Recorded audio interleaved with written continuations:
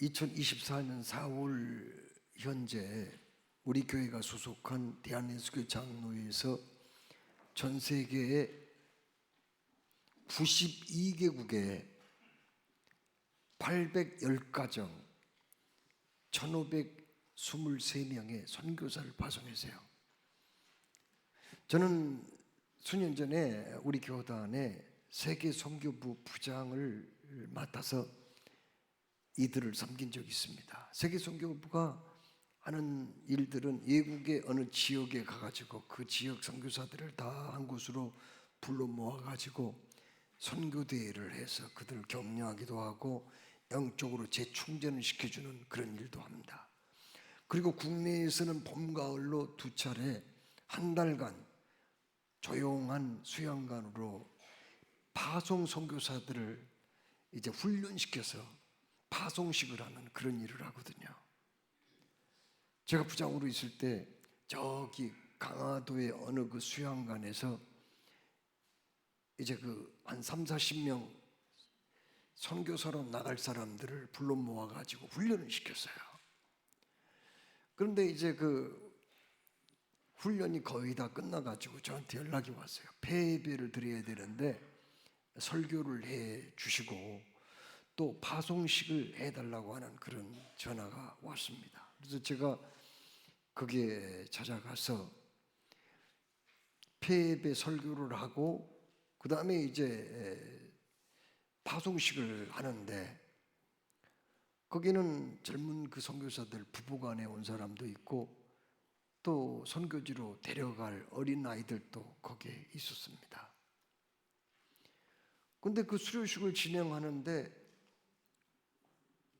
무슨 두툼한 봉투가 거기에 올라갔더라고요. 거기 그 수료자 대표가 그걸 가지고 왔어요. 그게 뭔고 했더니 나중에 알고 보니까 이 선교사들이 이슬람권, 그 다음에 불교권, 그리고 힌두교 나라 이런 데 파송이 되는데 거기서 복음을 전하다 보면 뜻하지 않는 핍박을 받을 수가 있고 또 박해로 인해서 죽을 수도 있다는 거예요. 실제로 그런 사람들이 있고 그래서 미리서 갑자기 거기서 죽으면 한국에 돌아올 수도 없고 자기의 어떤 그 속내를 마음에 품은 것들을 가족들한테 전할 수도 없기 때문에 또 같은 동역자들이나 파송총회에 전할 수가 없기 때문에 유언장을 쓴 거예요. 유언을 거기다가 기록을 해가지고 미리서 죽어가는 거예요. 그래서 그걸 보면서 참 가슴이 뭉클했어요. 참 젊은 사람들 나름대로 공부도 많이 하고 한국에서 어떤 일을 하든지 충분히 살 수 있는 그런 사람들인데 선교사로 지원을 해가지고 훈련을 받고 외국에 가서 혹시나 변을 당할 수도 있기 때문에 죽을 수도 있기 때문에 미리서 저렇게 유언장을 써놓고 출발을 하는구나 이렇게 생각할 때 참 마음이 찡했습니다. 여러분, 이 세상에 모든 사람들이 피할 수 없는 거 그거 죽음이 아닙니까? 그런데 죽음을 맞이하는 사람들의 마음 자세나 태도는 다 같지 않아요. 어떤 사람은 죽음 앞에서요 너무 그냥 비굴해지는 사람이 있어요. 두려워 떨고 막 어쩔 줄 몰라 당황하는 그런 사람들도 있고요.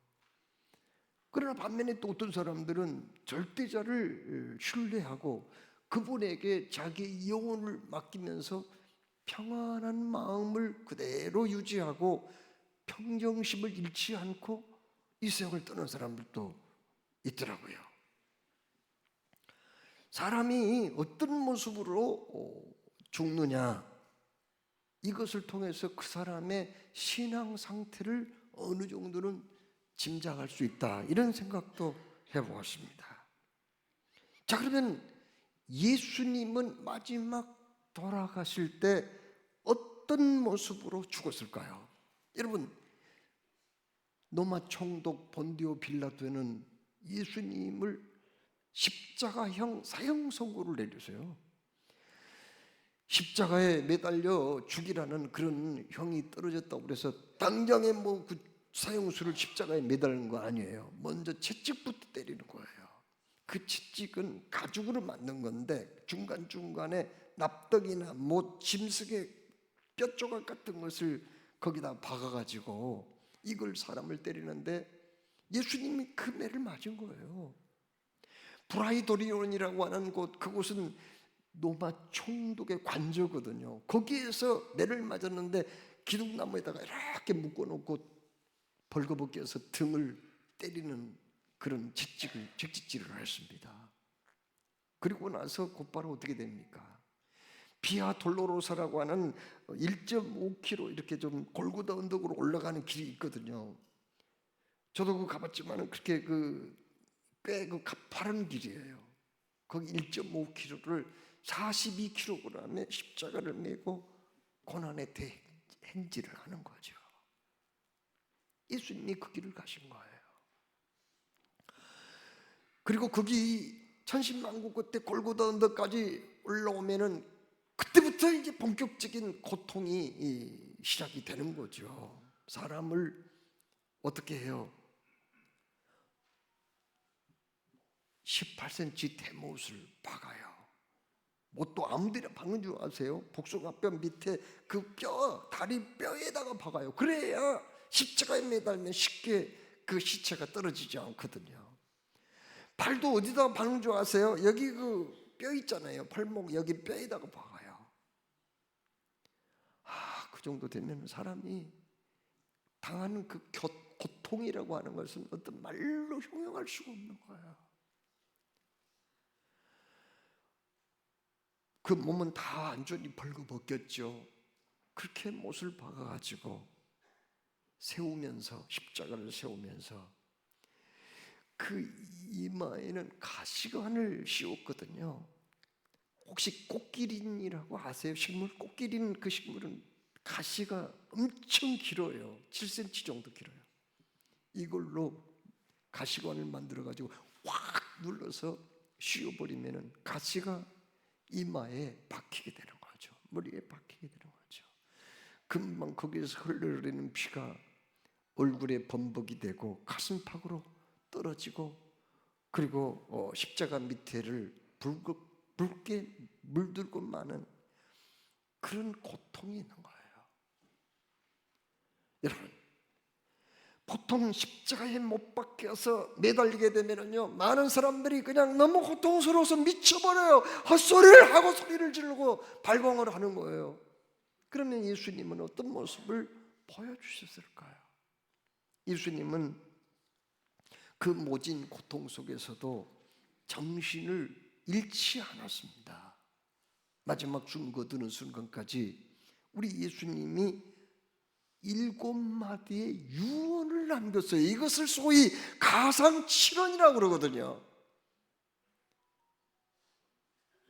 오늘 우리가 봉독한 말씀은 예수님이 남기신 가상칠언 유언 가운데 한 가지를 기록을 하고 있습니다. 여러분, 예수님이 십자가상에서 고통을 당하고 있을 때, 그때 십자가상에서 내려다보니 저 밑에 어머니의 얼굴이 보였습니다. 마리아. 여러분, 마리아는 처녀의 몸으로 예수님을 잉태해서 죽을 고비를 넘긴 분이에요. 처녀가 그 당시 임신하면은 내쫓김을 당하거나 돌 맞아 죽어야 돼요. 가까스로 그 위기를 넘겼지만은 예수님을 출생할 때 따뜻한 방 한 칸 얻지 못하고 더럽고 추하고 비생적인 차가운 마구간에서 출생을 했거든요. 거기다가 또 헤롯 왕이, 악한 자 헤롯 왕이 예수님을 죽이려고 할 때 그 예수님을 강보에 쌓아서 피신을 했잖아요. 어디로요? 강을 건너고 끝없는 사막 땅을 걸어서 이집트, 애굽으로 피난을 가게 되었어요. 헤롯 왕이 죽었다는 소식을 듣고 유대 땅에 다시 돌아오지만은 더 악한 아켈라오라고 하는 헤롯 왕의 아들이 버티고 있으므로 두려워서 저기 북쪽 소외된 땅 갈릴리 나사렛 동네에 와서 생활을 하게 되거든요. 여러분, 마가복음 6장 3절에 예수님을 마리아의 아들이라고 그렇게 표현된 말씀이 있어요. 아니, 그 당시 이스라엘은 가부장적인 그런 사회였는데, 아니 왜 예수님을 마리아의 아들이라고 그렇게 표현해요? 그건 무슨 의미가 있는 거 아니에요? 마리아의 남편 요셉이 일찍 죽었다고 그렇게 성경학자들은 보고 있는 거예요. 그러면 보세요. 마태복음 13장 55절로 56절에 예수님 말고 마리아는 그 다음 동생들도 낳았거든요. 다 해서 몇 명인지 아세요? 예수님까지 포함하면 7명 이상이에요. 그런데 여성의 몸으로 그 당시에는 경제 활동이 쉽지 않아요. 왜요? 목축업과 농사 이것이 전부였는데 여성의 몸으로는, 여성의 힘으로는 그 일을 하기가 어려워요. 그래서 여자가 혼자 되면은 가난할 수밖에 없어요. 무시와 멸시를 당할 수밖에 없다고요. 그런데 바로 마리아는 어떻게 그 자식들을 기르며 살았는가? 이건 긴 설명이 필요 없는 거예요. 그래서 예수님은 일찍이 목수일을 하셨거든요. 그 예수님 목수라는 단어를 보면은요, 숙련공이 아니에요. 전문인이 아니에요. 요즘 한 40만 원, 30만 원, 40만 원씩 받는 그런 기술자가 아니라 그냥 몸으로 때우는 그런 목수입니다. 사실은 예수님이 그렇게 마른 목수라고 하지만 기술이 뛰어난 건 아니에요. 그 단어를 보면은요, 예수님이 열심히 어머니와 동생들을 부양하기 위해서 일을 했죠. 그러나 30살쯤 되었을 때 예수님은 거기에 계속 머물러 있을 수가 없었습니다. 왜요? 공생애를 통해서 복음을 전해야 되거든요. 사명 안수해야 되거든요. 그래서 사랑하는 가족을 두고 떠날 수밖에 없었습니다. 예수님이 어떤 분이라는 걸 가장 잘 아는 분이 누구예요? 마리아잖아요. 그래서 예수님을 잡을 수 없어요. 예수님은 갈릴리와 유대 지방을 오고 가면서 천국 복음 전파하는 일, 진리를 가르치는 일들, 그리고 병든 자 고치는 치유의 사역을 계속 했었죠. 그리고 마리아는 먼발치에서 그걸 그냥 볼 수밖에 없었습니다. 그런데 1년, 2년, 3년째가 되자 드디어 예수님을 옥조이기 시작했어요. 왜요? 유대계 지도자들이 예수님을 죽이려고 작정을 했거든요. 예수님이 이 길을 만나자 마리아도 그냥 있을 수 없었고 예수님을 그림자처럼 따라다니며 동행을 했었죠. 그리고 예수님이 빌라도에게 사형 선고를 받을 때 그 모습도 멀리서 지켜보았고, 예수님이 골고다 언덕을 올라갈 때 그 고난의 길을 따라가며 눈물을 흘리고 통곡했어요. 십자가에 매달릴 때 그 아들을 지켜보았습니다. 얼마나 가슴이 찢어졌겠어요. 내가 낳은 아들 예수가 뭘 잘못했다고, 무슨 죄가 있다고 사형 언도를 하고 저렇게 비참하게 사람을 죽이는 거. 마리아는 얼마나 슬프게 통곡했는지 몰라요. 그런데 바로 그 모습이 마지막 십자가상에 매달린 예수님의 눈에 보인 거예요. 그때 예수님이 뭐라고 하셨죠? 여자여 보소서 당신의 아들이니이다 라고 위로의 말씀을 건넸습니다. 그리고 요한아,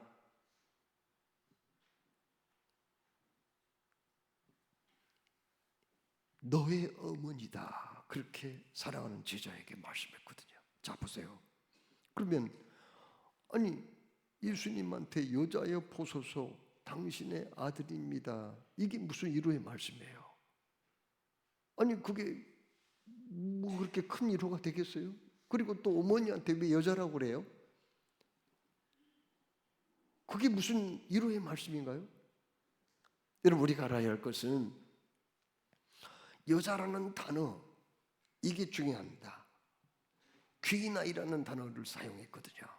예수님이 가나의 혼인잔치에서 물로 포도주를 만드는 첫 번째 기적을 행할 때에도 마리아가 부탁하니까 예수님 뭐라고 말씀했어요? 여자여 나와 무슨 상관이 있나니까 그렇게 얘기했거든요. 아니 무슨 그게 마리아를 위로하는 말이냔 말이에요.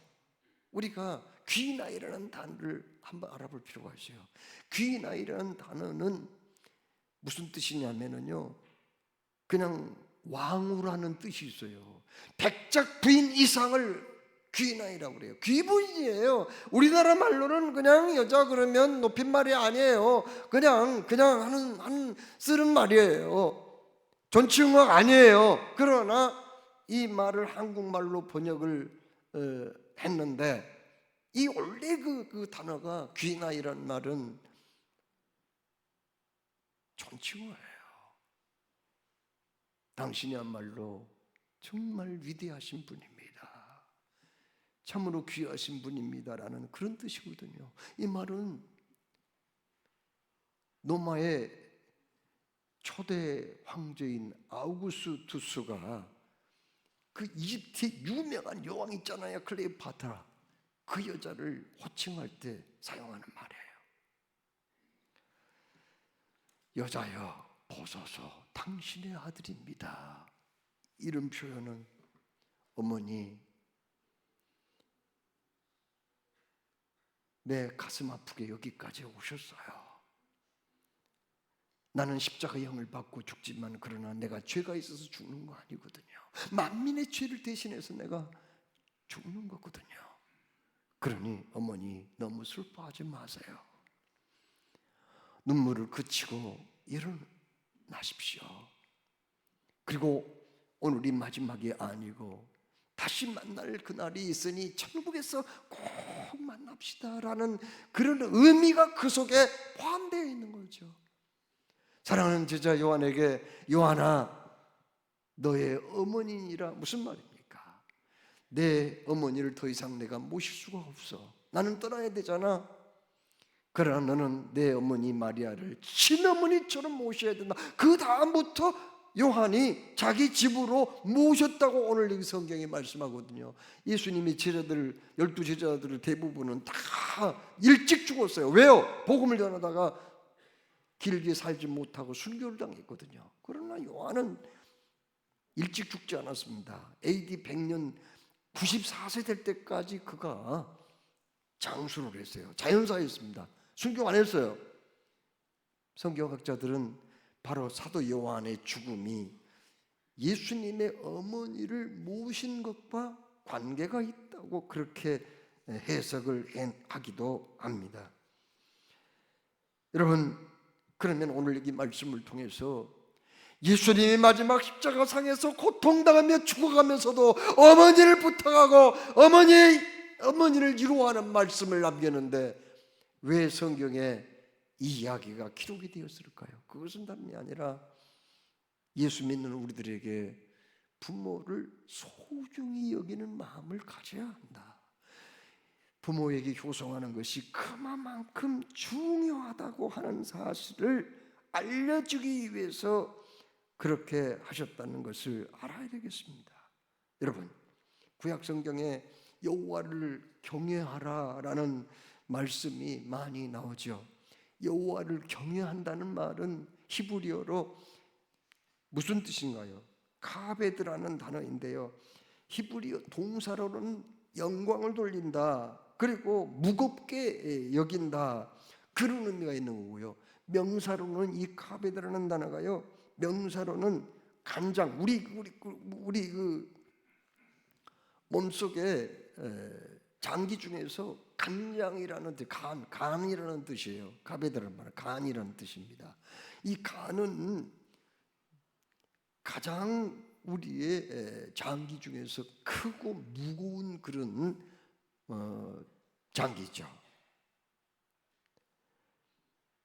그러니까는 하나님을 경외하는 말은 그만큼 하나님을 무겁게 여기라, 하나님께 모든 영광을 돌리라, 그런 의미거든요.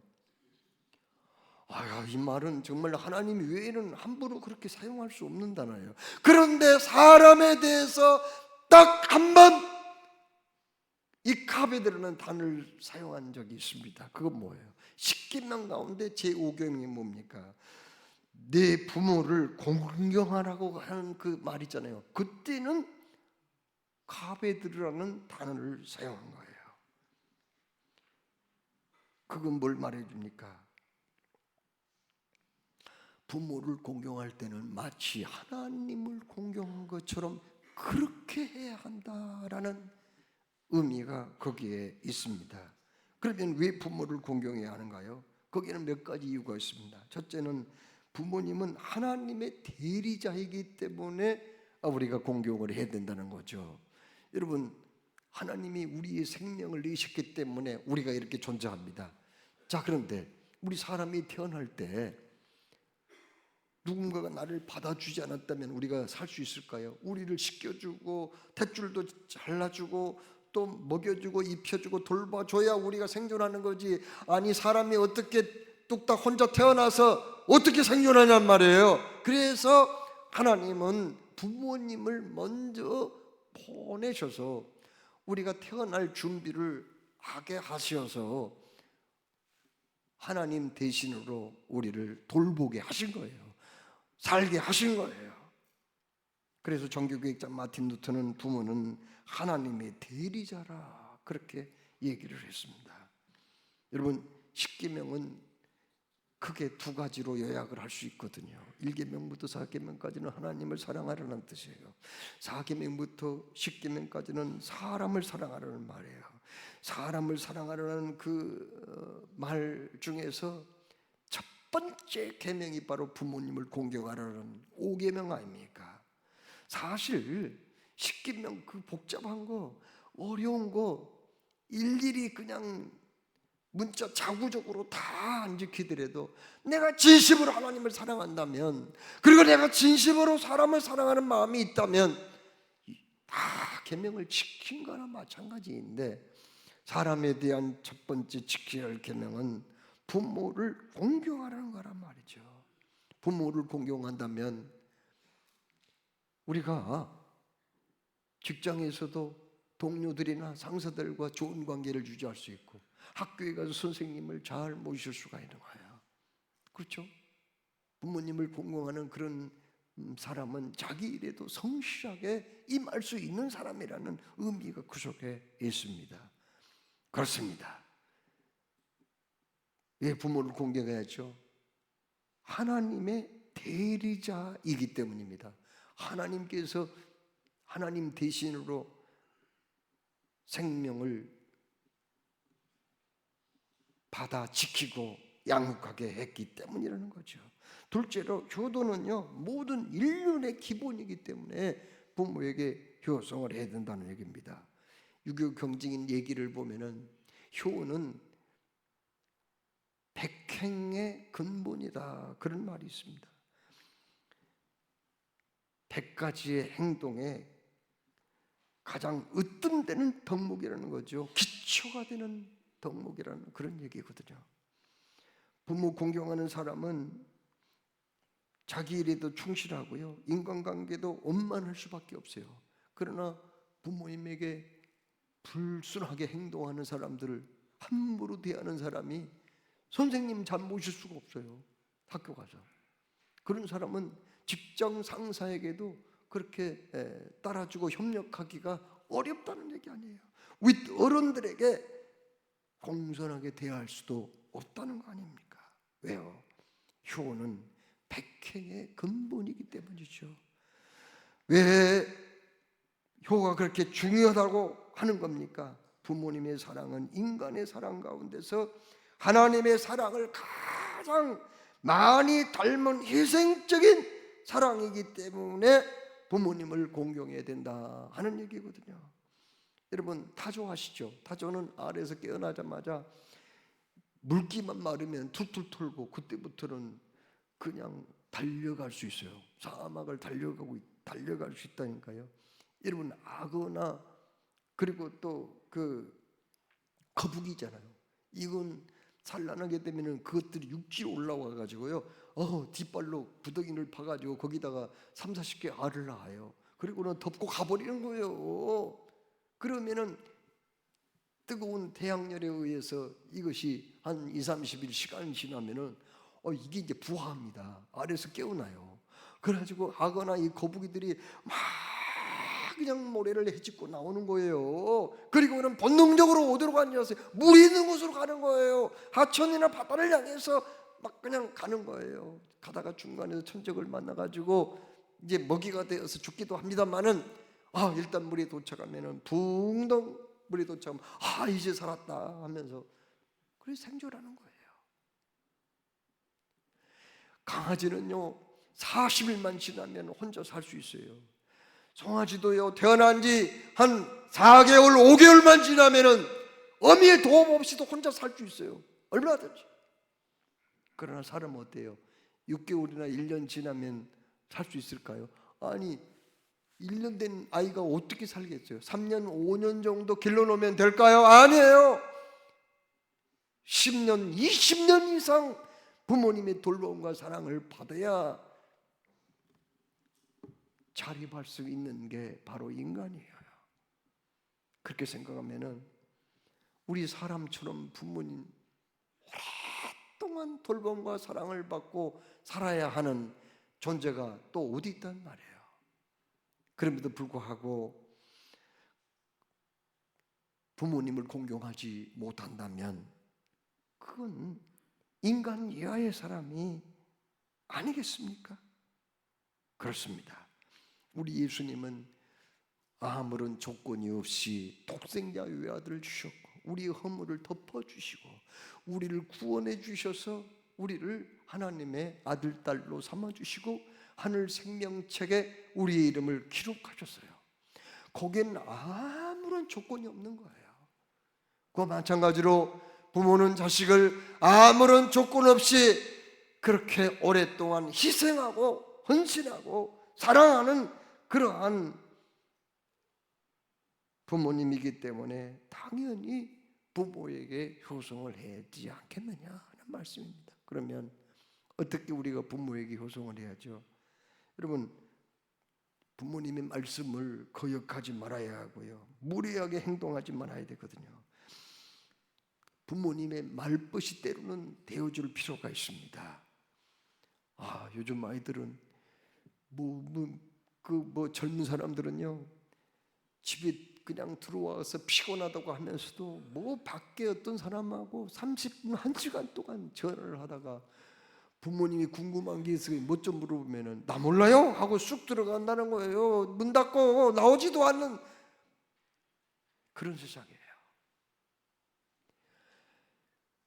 부모가 그 자식 어렸을 적에는 온전히 열심히 노력하고 돈 벌어서 먹이고 입히고 공부 가르치고 했는데 이제 나이 들면은 부모는 돈 못 벌잖아요. 경제활동하기 어렵잖아요. 그러면 부모님에게 입고 싶은 옷도 가끔은 말하지 않더라도 마련을 해주고 또 용돈도 제공해 줘야 되는데 그러지 않는 사람들도 있습니다. 부모에게 어떻게 효성할 거예요? 항상 감사의 표현을 해야 되고 또 그리고 아직 믿지 않는 분이 있다고 하면은 어찌든지 예수님을 영접할 수 있도록 기도하고 도와드리는 그러한 자식의 자세가 필요하다고 하는 거죠. 여러분, 그러면 부모님이 계시지 않는 분들은 어떻게 해야 될까요? 부모님이 이미 저 세상 천국에 가신 분들도 있잖아요. 그런 분들은 부모님께서 남기신 유지를 떠받들어서 형제자매 우애하고 그리고 웃 어른들에게 공손한 태도를 보이고 스승과 그리고 나이 드신 분들을 부모처럼 생각하고 대한다면 그것을 통해서 부모님께 효성을 할 수가 있다는 것을 알아야 되겠습니다. 여러분, 에베소서 6장 2절 3절에 내 아버지와 어머니를 공경하라, 이것이 약속이 있는 첫 계명이니 이는 네가 잘되고 땅에서 장수하리라, 이렇게 말씀했거든요. 여기에서 약속이란 뭐죠? 바로 복을 주시겠다는 약속이에요. 십계명 여러분 아시죠? 나 외에 다른 신을 두지 말라, 우상 숭배하지 말라, 하나님의 이름을 망령되이 걷지 말라. 그런데 그 말씀 속에는요 축복의 약속이 없어요. 우상 숭배하지 말라, 복을 주리라. 도둑질하지 말라, 내가 복을 주리라. 아니, 그런 말씀 어디 있어요? 살인하지 말라, 복을 주리라. 그런 말 없습니다. 그러나 5계명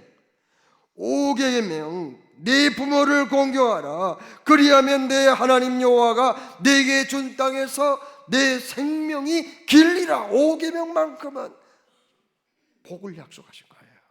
여러분, 우리 복 받아서 살아야 돼요. 복 안 받고 어떻게 살 거예요? 저주라는 게 뭡니까? 그 사람이 받을 복을 다 뺏어가 버리는 것을 저주라고 그래요. 복 안 받고 어떻게 살 거예요?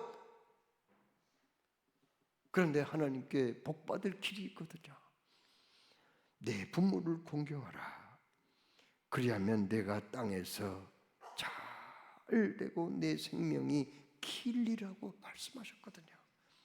여러분, 성경에 불효자는 복을 받지 못했다는 걸 말씀하고 있어요. 노아의 그 세 아들 가운데 함은 아버지의 마음을 아프게 했어요. 복 못 받았습니다. 아니, 그 후손까지 얼마나 잘못됐어요. 그 후손이 가나안 땅에 들어갔다가 결국은 이스라엘 사람들한테 다 뺏기고 나라가 없어졌잖아요. 가나안 7족속 31명의 왕들 다 이게 그 함의 후손들이에요. 여러분, 또 아버지에게 쿠데타 일으켜가지고 왕권을 뺏으려고 했던 다윗의 아들 압살롬이 어떻게 됐나요? 젊은 나이에 그 잘생긴 사람, 재능이 많고 똑똑한 사람이 결국은 죽었잖아요. 여러분, 또한 야곱의 아들, 큰아들 루벤이 또 그렇게 불효막심한 짓을 해서 어떻게 됐나요? 그건 복을 못 받았어요. 그러나 그 반대로 아브라함의 아들 이삭, 끝까지 순종했던 사람 얼마나 복을 많이 받았습니까? 그리고 효성이 지극했던 야곱의 아들 요셉은 또 얼마나 복을 많이 받았나요? 심지어 이방 여자 모압 사람 나오미의 효부였던 룻은 메시아의 조상이 되고 예수님의 족보에 이름을 올리는 복을 받게 됩니다. 여러분, 기독교는 믿음의 종교, 신의 종교라고요. 그러나 거기에서 끝나지 않습니다. 더 거기에서 한 걸음 나아가 효의 종교임을 성경은 말씀하고 있습니다. 부모를 공경하는 것은 약속이 있는 첫 계명이라고 말씀하셨으니 이 주의 말씀 꼭 가슴에 두고 말씀대로 실천하여 하늘의 복과 땅의 복을 충만하게 받고 대를 이어 하나님께 영광을 돌리는 신앙의 명문대가를 이루시기를 주의 이름으로 축원합니다.